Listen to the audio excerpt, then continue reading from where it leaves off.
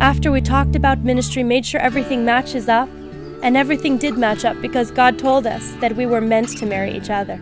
Then we just talked to my parents, and he talked to his mom, and we scheduled the wedding. I give myself to you as my only love in life, to love you, honor you. What is love? Well, everyone can have their desired definition of love. But when you ask Kelly Joy Wanyoni, an American woman living in rural Kenya, she will tell you that love means sacrifice. I quit my job, and I took all of my volunteer activities with church and gave them to someone else. I sold my car. I ended my contract with my apartment. I sold my piano.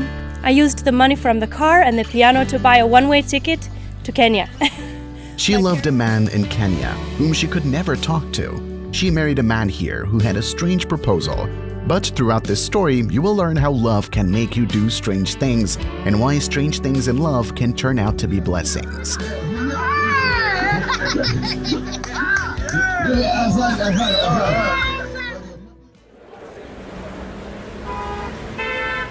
Every year, more than 4 million Africans try to immigrate to the United States, but only 200,000 manage to achieve that.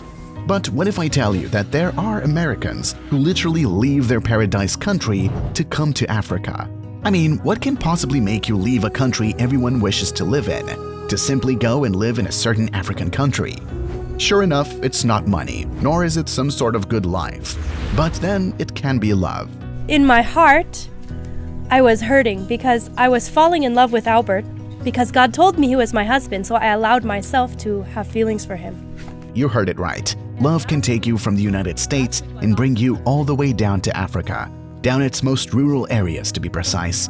And if you think we are exaggerating, let me introduce you to Kelly Joy Wanyoni. My name is Carrie Joy Wanyoni. The American-born Joy was raised in a Christian family, and it took her just 8 years to know her role in life.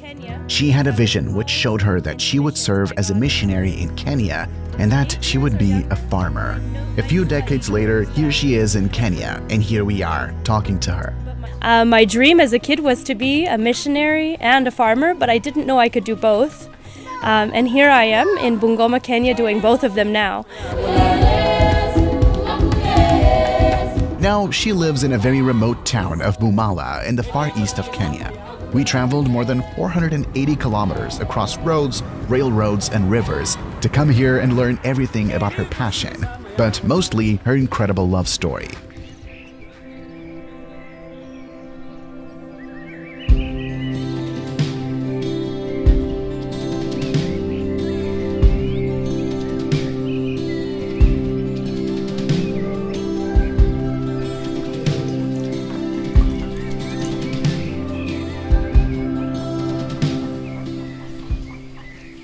When we went to visit them, we were warmly welcomed by Albert Wanyoni, the husband of Kelly Joy Wanyoni, and a motorist.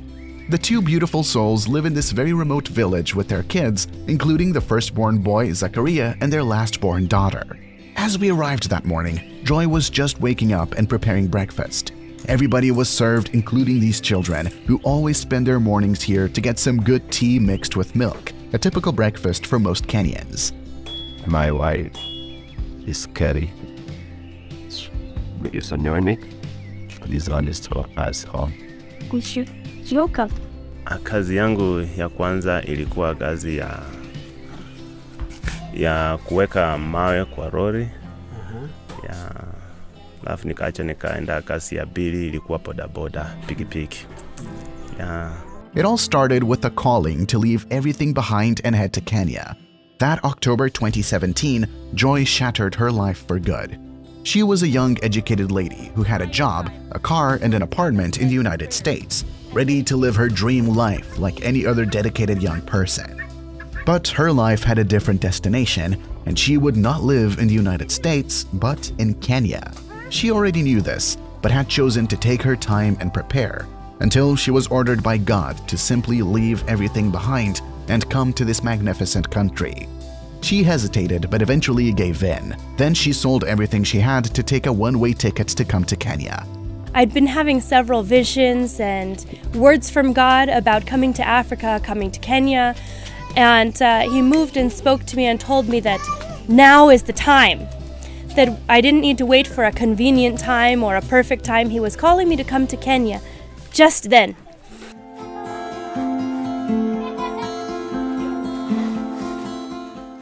The couple lives in a very small house with just one room and a small living room, which also serves as the store and kitchen depending on the weather outside.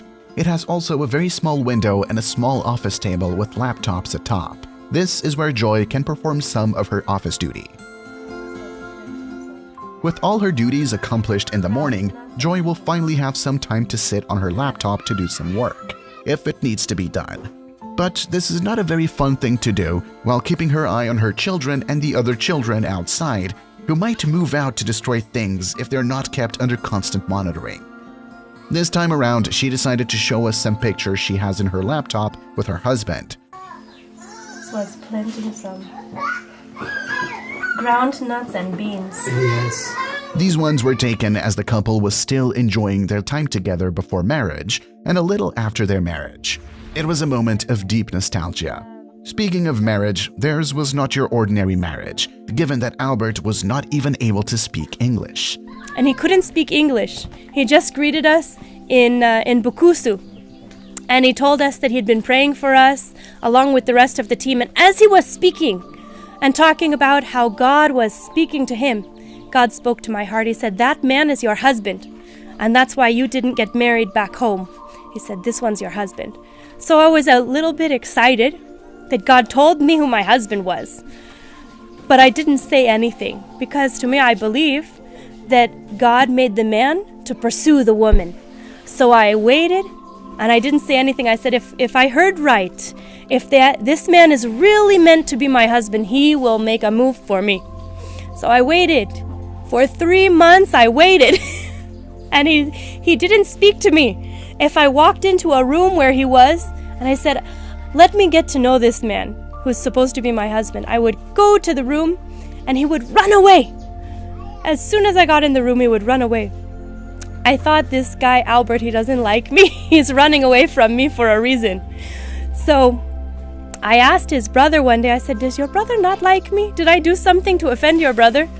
And then after that, Albert and I started talking, but he didn't know English. God gave me a vision, and he showed me that Albert was married to me. He showed me that without speaking any language, our hearts understood the other one's heart. I prayed when I got up that morning, and I said, "God, if this vision you've given me is of you, I understand that we know each other, that we understand the heart of the other person, and thank you. But please, allow one of us to learn the language of the other one. Because if we're to have children, if we're to run a household, we have to communicate somehow." So that day, the same day, I didn't know Albert was also praying at home for some time to be able to talk to me. God told Albert, "Speak English with Carrie." And he gave him the understanding of English. So he had small, kidogo understanding of English. So he came to the compound that I was staying in with the ministry, and he just greeted me in English. He said, "How are you?" Which I had never heard him say one word in English. I was very excited. I said, "I'm fine." You know, we say "I'm good" back home, but here people say "I'm fine." On his side, Albert was dying alone. He clearly loved this woman, but had absolutely no idea on how he would present this idea, given that the two were raised in different cultures and had different languages. But being a man on a mission himself, Albert didn't agree to give up. He decided to follow up his flower gift with another ride across the town, which initially served to help Joy know around, even though he was ready to use the opportunity in his favor. Hiyo siku ya kwanza kwangu nilikuwa na react. The first time I saw her, I fell in love with her, but I kept my feelings to myself. As we talked and met multiple times, my feelings for her grew, and that's when I made a decision to tell her how I feel, even though it was very difficult. She wanted to know what I was trying to express. After some 3 days, I decided to approach her and try to speak English with her to see if we can somehow communicate. It was the first time I talked to her, and my first word to her was, "I love you." I said it in Kiswahili, not in English. She asked me to repeat it, and I got afraid that I might spoil the whole thing.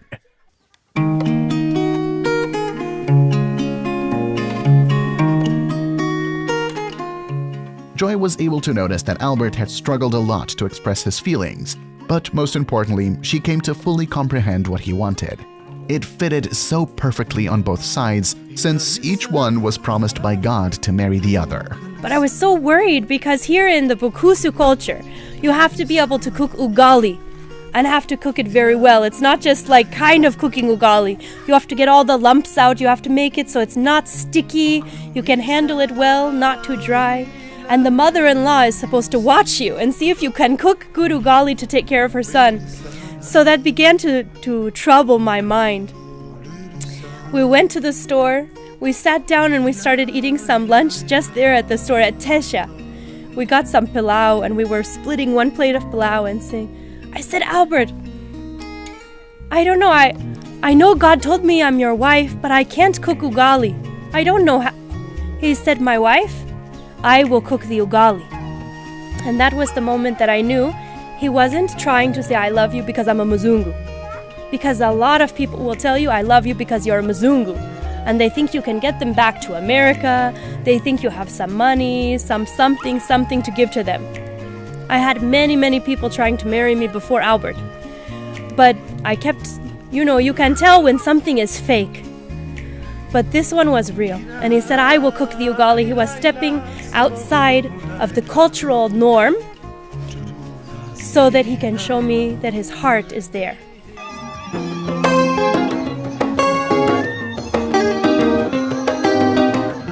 Without any delay, the two decided to marry, and Joy presented her idea to her parents, who initially worried about how they would communicate, but eventually gave their green light to the marriage.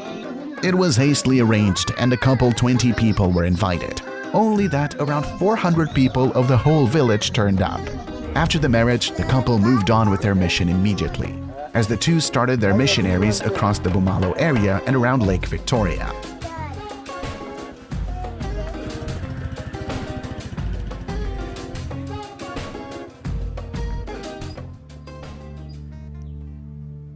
As children will be playing with their toys all around, Joy will be washing their dishes and their clothes with bare hands. Another demonstration of how deep she has been embedded into this African culture. The couple also has a small livestock of hens, which they believe will help them to raise the capital to improve their lives. Despite their happy marriage, the couple had gone through a lot of problems and struggles together. Marriage is wonderful, especially when you're married to the right person. There's so many blessings. There's a lot of, your heart is content, but marriage is not without its difficulties. And Albert and I have had a lot of difficulties as we go through life. There were times that I've almost died from sickness, and he's had to come in and be there. He's had to help do things around the house that he doesn't usually do because of the sickness that I had. I had malaria very bad, 2,800 count. And I was almost dead. The doctors had to help bring me back to life. And I was pregnant at the time, so thanks to God, I'm alive, and my son Zachariah, my firstborn, is alive because I was pregnant with him at the time. It was just a complete miracle story. I mean, I could talk for a long time on that one, but I won't. There's times when we don't have anything, and so we can't give. But there's times that God provides miraculously so that we can give. And even if we don't have anything but one meal, we'll always share what we have. And I know it's hard to believe that a Mzungu, a white person living here in Kenya, can be without extra money. And God always provides. But we've had times where we got down and everything in the house, we had like one meal of potatoes left. So I was splitting those potatoes and making meals for the kids and not eating. And praying, God, bring money in. Bring something so we can support this family. And you know that creates stress in a relationship too when you have nothing. But thankfully we both trust God. We both prayed together, and instead of arguing against each other, we believe God is going to come through. So we'll eat what we have, we'll share what we have, and every time, even if I don't speak the words to someone, God always brings in something and provides at the last minute. Sometimes we have everything we need, And sometimes we've had almost nothing, but at that time, God has always proven himself faithful. He's a faithful God. He's Jehovah Jireh, our provider.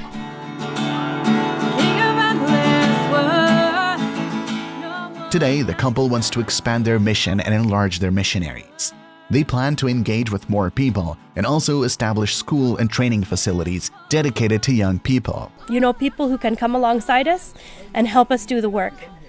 People who can donate their time, their effort, or if their heart is in that place to help to get programs running, to help get projects running that can help fund this. So we have some people that help from the U.S. already, mostly from my mom's ministry. But eventually, the vision that Albert and I have, we will have a boys' home officially, not just be helping one and one and one. We'll have a boys' home. We'll have a school. We'll have a chapel that the boys can worship at morning and night. We'll have the worship team practicing all the time together. We also want to have many helps programs to assist people in getting seeds, like widows and people who don't have as much money, to get some seed, to get djembes, to get fertilizer, because around here people will plant their fields but they won't fertilize their fields, and they'll end up with cobs of maize that are this small, and then they can't feed their families and they don't have money. So we want to help to plant the fields. We want to help with clothing. We want to help with food. We want to help with job training programs, because the job training programs won't just give out food or give out clothes, but they'll help to raise someone up to a place where they can do it themselves. And that's really the aim, right? You don't want to keep feeding and feeding and feeding, because then you need input from everyone else. You want to get the program to a place where you can raise people up so that they can learn and they can do for themselves, because most people are just looking for something like that in life. They're not looking for someone to support them their whole life. They're looking for a way forward so that they can grow their life, so they can get a start in life, and that's where our heart is. We want to help people like that, but mostly we want to reach people with Jesus Christ. And Jesus says they'll know that you're Christians by your love.